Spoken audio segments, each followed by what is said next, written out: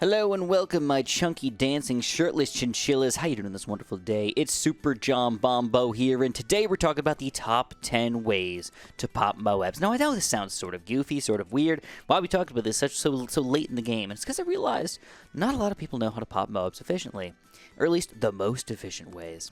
So today, I want you guys to think about your top 10 list. And as we're going over them, think about whether or not you would include them on your list. This is, of course, a personal opinion, so you guys can have your own opinions, and I want to hear them in the comments below. So let me know if something showed up in your list that didn't show up in mine, or something showed up in mine that you didn't even think about. And of course, let's get started.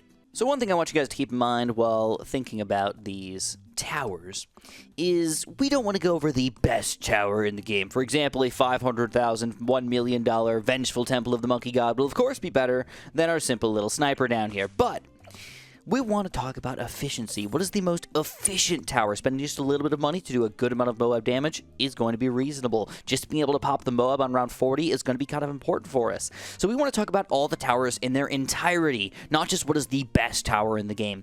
But my number 10 is still going to be one of the best towers in the game overall. We're talking about the Apache Prime. The Apache Prime, believe it or not, is actually not very good at popping balloons. So for example, if we send out round 98, this is going to be a little while here, guys. We sent out round 98 here. We'll speed this up. You're going to notice we're going to run into quite a few issues against these balloons inside. These reinforced ceramics are not easy for us to pop. He's still doing a great job overall, but we will eventually start to lose lives here. We're getting overwhelmed quite a bit, and this is even a good case scenario for us, too, because a lot of times we're going to have other towers that are continuously attacking the MOABs, popping the MOABs, and doing other things as well, not allowing us to just slowly develop over time and popping these balloons. So you're going to see we are going to lose quite a few lives against these guys and eventually just get overwhelmed almost in our entirety here. So while it's still a great tower here, we need to use them in a different way, and I highly recommend you guys think about using your Apache Prime this way. Instead of putting them on Pursuit, put them on Follow Mouse, guys. Now watch round 98 here when we do it this way. If we just use this guy as a MOAB popper instead, just sort of leave him in the front over here, let him do the max amount of damage that he can do against these MOAB class balloons here, you guys are going to see how much more powerful this guy can actually be. Again, we are letting all these reinforced ceramics get through right now, but that's okay. We're using his advantages here. If you look at the pop count, man, it's going to be absolutely insane. We're getting like 10,000 pops per second or so, and still doing a great job here. So overall, Apache Prime, if you use him properly, man, he is one of the best MOAB poppers in the game. Just keep in mind that he's better against MOABs than he is against balloons, even though he's pretty much good against everything. All right, I know. I got to be honest with you guys. He is pretty good against everything, but when you get down to those reinforced ceramics over there, going to be one of the least efficient towers for the amount of money that you're spending on him, for sure. But after you pop all those, of course, you can walk back over here and see if you can try and clean up some of these ceramics and all that good stuff here as well. And it looks like we do a pretty good job overall and pop a lot of the balloons. Coming in at number 9 on our list is going to be a bit of a surprise here, a dart monkey. What? Well, a lot of people actually don't realize this, but a sharpshooter crossbow, especially in a good spot here, is going to be one of the best towers ever for the first MOAB that you're going to come up against. And he's still not bad against future MOABs as well, but against the first MOAB, he's a super duper cheap, just over $2,000 expensive tower here that we can easily send out a MOAB and watch what's going to happen here. So if we send out a MOAB here, you're going to notice he doesn't do a lot of damage right from the get-go. 6, 12, 18, that seems pretty low actually, but when he gets a crit shot here, which does happen quite often by the way, it's going to jump up over 50 damage here. And with that, a little bit of luck here, man, we can easily take down a MOAB and pop a ton of the balloons on the inside as well as they're kind of sneaking through over here. So a crossbow, guys, absolutely delicious against MOAB class balloons. You just got to realize that you got to get a little bit lucky with those crit shots and everything, but even then, you can go through multiple MOABs and stuff while you're attacking here and still do a ton of crit shots to those guys as well, and that's where you're going to get massive damage out of this crossbow. 4 MOABs getting popped for $2,000 here, man. That is insanity right here, and that's the power of the sharpshooter. Are you serious right now, Chris? The glue gunner? How could he be good against MOAB class balloons, Chris? Well, you might be very surprised here, guys. I think a lot of people don't realize how good the glue actually is if you use him properly, and one of the things you're going to probably end up going for here is the balloon solver. He's a ridiculously cheap $20,000, and even if you get these 2 bottom upgrades here, we're still only paying just over 20 grand for this tower right here. And you could pop almost anything. I mean, this is round 79 here with a ton of BFBs coming in here. You're going to see how bad this guy's going to own. Doesn't matter how many balloons are getting in the way. You're still going to pop the MOAB and a ton of balloons inside. He does have a few weaknesses. For example, very, very, very strong MOAB class balloons. So we're talking about anything reinforced BFBs and above are probably going to be pretty difficult for you. Reinforced oh my gods especially. And of course, bad balloons. The bad balloon, this guy's not that good against at all. But even with reinforced BFBs coming out here, you guys are going to see how well he is going to do. He does a lot of damage here, man. All this damage is a little bit slow, and it takes a little bit of time to actually come into play here, but it's still fairly massive. So that's why he's only coming in at number 8 on our list, because he does have those few weaknesses here. Even though he's an extremely strong tower and great against the MOABs, and still being able to pop the balloons here is kind of awesome, he still has those few sad little weaknesses there. So we definitely have to keep that in mind with the balloon solver. But I think the greatest thing about him is the fact that he can pop almost infinite of them. If you have 100 MOABs or 200 BFBs or anything coming out like that, it doesn't really matter. He's going to splash on all those guys and take them all down. It kind of looks pretty, doesn't it? Cannons.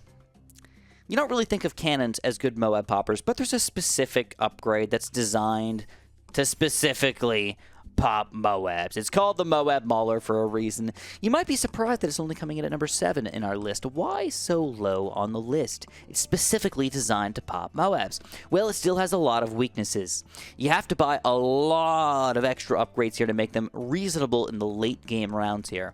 And another weird thing about them is you actually can't combine them with other upgrades all that efficiently. For example, MOAB Maulers with heavy bombs or MOAB Maulers with frag bombs really don't do all that much damage. You're better off going for just base MOAB Maulers here, guys. Trust me on this. Going for base MOAB Maulers and just spamming them. One other thing you got to keep in mind is the footprint is fairly large, and if you ever want to pop black balloons without Striker Jones on your team, you're going to have to get a ridiculously expensive MIB, and if you want to be even crazier with it, again, you're going to require more upgrades here. You're going to also probably want to get a primary training. So including 2 villages on top of a bunch of cannons and still being a little bit weak here, the space is going to be tough to fit him in. And that's why they're going to be a little bit limited in a lot of ways. But they still do a pretty good amount of damage here against MOAB class balloons, guys. A single MOAB Mauler against 4 MOABs here, you can tell, especially against group MOABs here, we're going to demolish them. One single guy. Again, very, very cheap here. You compare this to the Crossbow Monkey, and you're like, wow, why would I even build a Crossbow Monkey if I've got a MOAB Mauler here? He's going to be beautiful. Absolutely beautiful. And that's very, very true.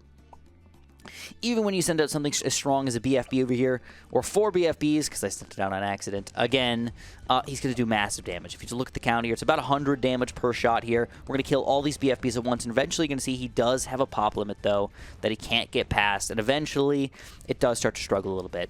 Of course, he needs to pop grouped balloons, not individual spaced balloons here. So even though we can pop 4 BFBs down into 16 MOABs, down into nothingness, just like that, if you've got something like, you know, 1 MOAB, 1 MOAB, and then 1 MOAB, it's going to be much, much, much less efficient. And this is the way a lot of MOABs are going to come out in the game against us. He's going to end up not sucking, but like definitely not being as good as you would think him to be as well. And you have to make sure you put him on strong or something like that so he doesn't pop all the other balloons. So he's still got a lot of weird weaknesses to him, and that's why he's coming in sort of high up on the list here. Even though he's designed to pop MOABs, he still is tough to use. Is it cold in here, man? Is it cold in here?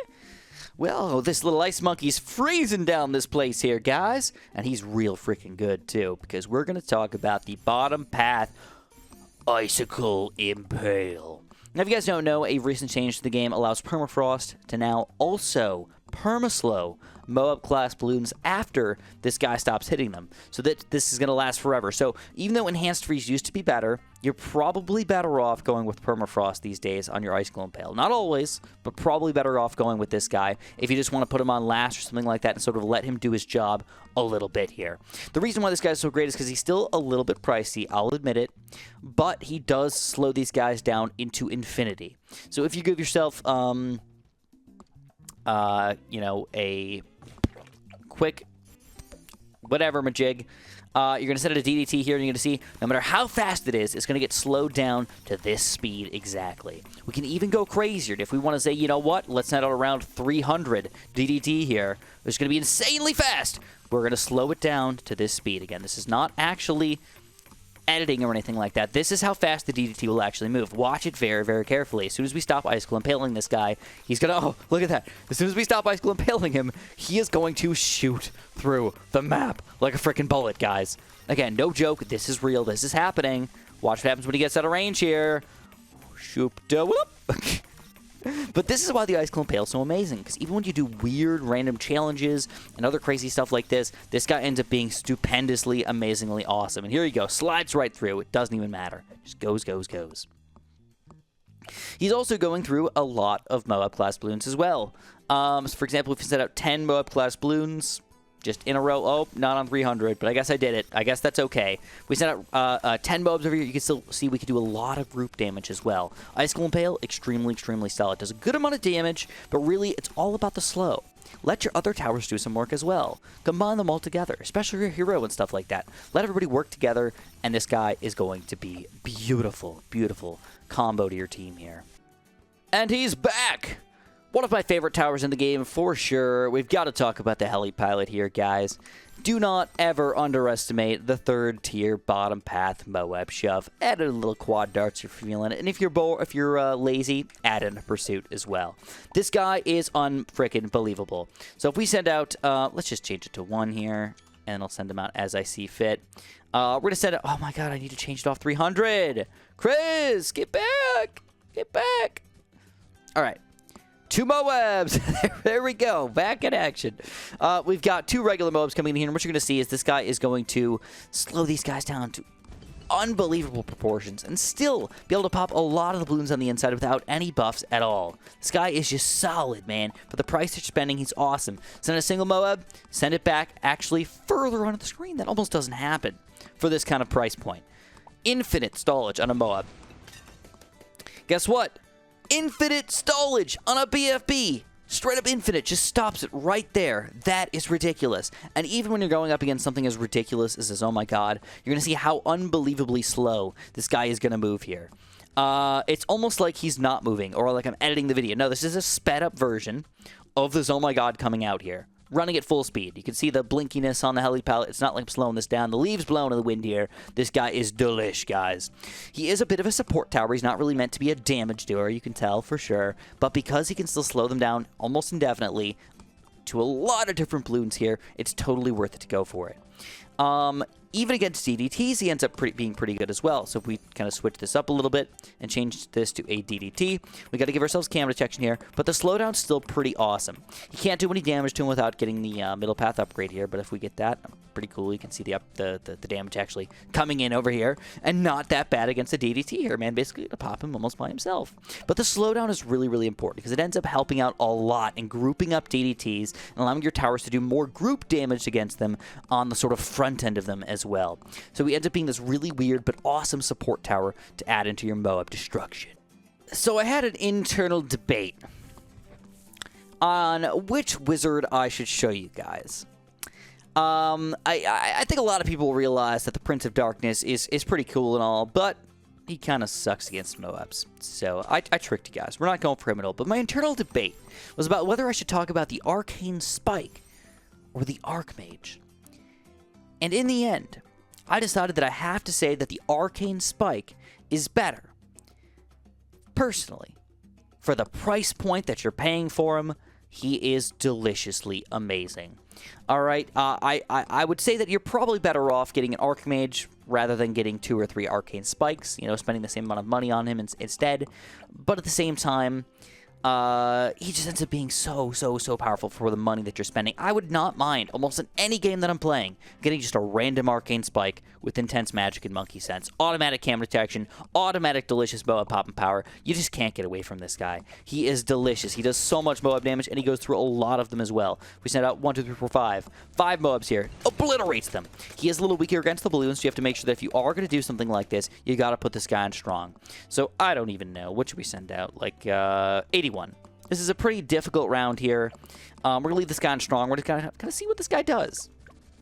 How well can you pop the BFBs over here, my friend? How well can you pop these MOABs over here? Again, we're not really a good balloon popper, so you don't want to focus on the balloon popping. You want to focus on the BFB popping over here for sure. But one $10,000 tower is doing all of this. Are you kidding me right now? Heck to the yeah, he is. He's doing all of this. You pop this guy in combination with a couple other good balloon poppers, and you end up with a unbelievably awesome MOAB popping, balloon popping combo there, guys. It is amazing. Highly, highly recommend this guy in almost any situation. I had a really, really hard time putting this one at number 3 on my list, but I think I have to do it because of the infinite range aspect. The infinite range is awesome. You don't have to put him in any specific spot. You throw him down here, and he pops crap. Alright, this is a MOAB popping power tower, though. The loads more darts, and the rapid fire does almost nothing. Pops a little bit of balloons here, but almost nothing. We've got to talk about the fighter plane.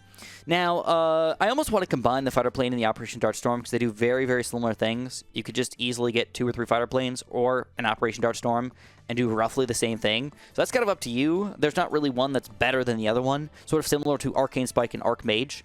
But because you can afford a fighter plane very, very easily in the game, right for round 40, pop round 40, get round 50, 51, 52, 53, 54, popped almost by yourself here with just a single fighter plane. He is your guy to go for, all right? He really, really, really is good. Or for round 40, get a fighter plane. For round 50, get an Operation Dart Storm. Pops all the MOABs, basically by themselves. Get some other balloon poppers, and you're totally golden here, boys. But he is great. Now, they did recently change this guy, so he does less single MOAB damage, but more grouped MOAB damage. So if you guys don't know, he's going to shoot a little bit slower, but if you send out, for example, 4 MOABs now instead of a single MOAB, you're going to see he's going to do group damage to these MOABs where he used to not do group damage. That's going to be a big deciding factor here for later on in the game. He's going to be a little weaker in the early game, but a lot stronger in the late game. So that's something to keep in mind, but doesn't really affect his, you know, overall awesomeness, I guess. It's just a little bit different way to view him. So definitely keep that in mind with this guy, but he is just a great, great tower overall. I really, really like him. Operation Dart Storm, again, when you start getting to these 50, you know, even 54 here, you're going to see he's pretty awesome. Not the best balloon popper, but against the MOABs, guys, he's going to do his job. He pops the MOABs, and you can never miss with the missiles. It's pretty awesome. Moving on, even against popping something like a MOA, a BFB, or a Oh My God, or something like that, like, he just does so much damage here. I've accidentally sent out 4 here, too, and you're still going to see the amount of damage we're going to do with this guy is beautiful. B-E-A-beautiful. Not the most effective by the time you get to this point in the game, but for the money that you're spending, man, he's pretty sweet. He's pretty sweet. I don't want to wait for this guy to pop them all, but because it's going to take forever. But just to know that he's doing a pretty good amount of damage to Oh My Gods and group Oh My Gods at that is all you really need to note over here. Another glue gunner, Chris? What are you doing over here? By the way, if you guys are enjoying this video, pretty please press that like button for me. I'd very much appreciate that. Subscribe if you haven't. I promise you will not regret it. Today, we're talking about another glue gunner at number 2 on the list. The second best MOAB popper in the game. Indeed, we've got to talk about either the MOAB glue, but not really, or the super glue. All right, with super glue, never get glue soak and corrosive glue, in my personal opinion. You want to get those globs, guys. You want to get those globs in almost all situations, because when you send out something like, I don't know, around frickin' 98 over here, you put this guy on last and just kind of let him go to town here, you're going to realize how unbelievably powerful this guy actually is. Look at the pop count. Look at the pop count on this thing. This is round 90 freaking 8 here, guys, and this is the power that we're doing here. All right. He's not unstoppable. He's not unbelievable, but imagine how much other stuff you could do with the other random towers that are going to be on the screen here with this amount of slowdown. It's quite insane. You don't need to put him on strong. You don't need to put him on last. But whatever you're doing, man, go ahead and do it. Only thing I would not recommend is putting him on first, obviously. But you could tell he still does get overwhelmed and everything like that. He's not by himself the best MOAB popper, but in combination with other towers, he's going to be straight up unbelievable. And this is a very, very weird example, too. Round 98, Chris, you have not been sending out round 98 against any of these other towers here. That is very, very true. Maybe I should send out a MOAB or something like that. Oh, would you look at that? Complete obliteration. Oh, guess what? Oh, tons of PFPs, Chris. With Bloons on top of it? Why the heck not? Let's do them all here. Just stun them forever. All right, if that's what we're going to do, that's fine. These are around 98 BFPs, by the way. They're not even the weak BFPs. These are the stronger ones. Yeah, Yeah, they are. And that's what we do to them. They get obliterated. But once you get him down to ceramics here, he's not very good. He's just going to, like, kind of suck it up, actually. Like, this is not his job. So he could easily screw up if you don't put him on the right things. You don't put him on strong, you don't put him on last.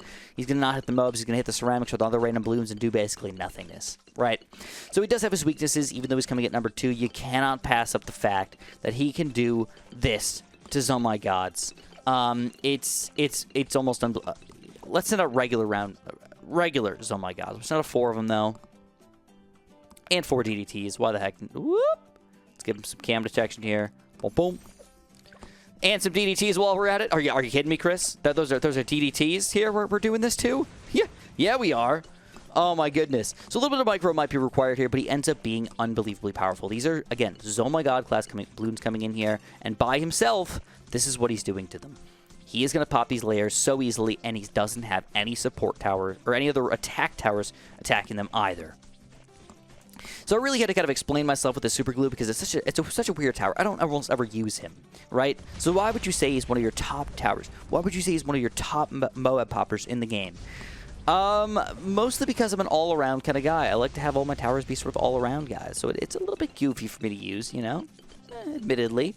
And he's got that really weird targeting thing. If you put him on last, he might struggle. If you put him on strong, he might hit the wrong balloons. If you put him on first, he's definitely going to hit the wrong balloons. So having him hit the right balloons can be at least a little bit painful. But still coming at number 2 on our list. And our number 1 best MOAB popper tower in the game. We are talking about not just the central market, but going all the way over to this sell button, and then pressing this buy button, and then throwing this guy down, and then upgrading him up to the top path upgrade. 4th tier MAME MOAB with some fast firing, baby. This guy is awesome. He's got his weaknesses, admittedly, but for the strengths that he has, for what you're normally using him for, he's unbelievable. These are 4 MOABs coming in. Again, this is not an expensive tower here. And look what he can do to these things. Not only can he stun them, but he can do mega damage and pop the ceramics inside. What? Here's a PFP while we're at it. Oh, guess what? You don't even get to see them on the screen because they're too fast. Let's set another one just for fun. That's 2 PFPs on the screen if you didn't know. There we go. We popped out of MOABs. Let's put this guy in first for a second to pop these guys. We'll even let him pop the ceramics while we're at it, too. Go ahead. Go ahead, little sniper monkey. Pop them ceramics. Not that we need to, but pop them ceramics. He is straight up awesome. I love this guy. For the amount of money that you're spending on this guy, you're getting a superb deal. I would recommend you leave him on strong almost all the time. Let him pop the strongest layer balloons. It's a little weird to do that, but overall, it should be best. Now, if you're willing to micro with this guy, he's going to be even better, though. Move him back from last to strong to first to whatever you need to put him on to make sure you're going to pop the most amount of balloons you can. The amount of damage he does is not insane. I'll admit it. He does about 100 damage every, 1.5 seconds or so. So he's not bad at all, but the stunnage is really where it comes into play. There's this Oh My God on the screen right now. Technically. I mean, you can't see it, but there's this Oh My God on the screen right now. There's BFBs on the screen right now. Oh my God, we're obliterating them. Oh yeah, I forgot. This is why we're so freaking awesome. This is a $7,000 tower. Just took down his Oh My God, and we're taking down all the BFB layers before they even get down to, like, over here. Chicka chicka. What? Once you get down to 16 MOABs, that's where it can change around a little bit. That's where you're going to have to start to rely on your other towers over here to make sure you do the right job, right? We cannot shoot 16 MOABs all in a row, but even with that, look at all the stunnage we're getting. Look at how slow these guys are going. With that faster shooting, it's awesome. And you're not limited to just one of these guys. You can build multiples if you want to. For the price, look at the amount of MOAB stunnage that we get, guys. It's insanity. All right? Imagine a couple other towers that do a good job against popping these balloons, and you're going to do everything. One tower that I can say that I don't use all that often is the MOAB. But after this testing phase, after these videos, I have to start using them more. I promise you guys I will, because they are just a fantastic MOAB popping power tower. Now, of course, again, if you guys enjoyed this video, make sure you press that like button for me. I'd really, really appreciate that. Subscribe if you have not. I promise you will not regret it. And, of course, have a super duper delicious day.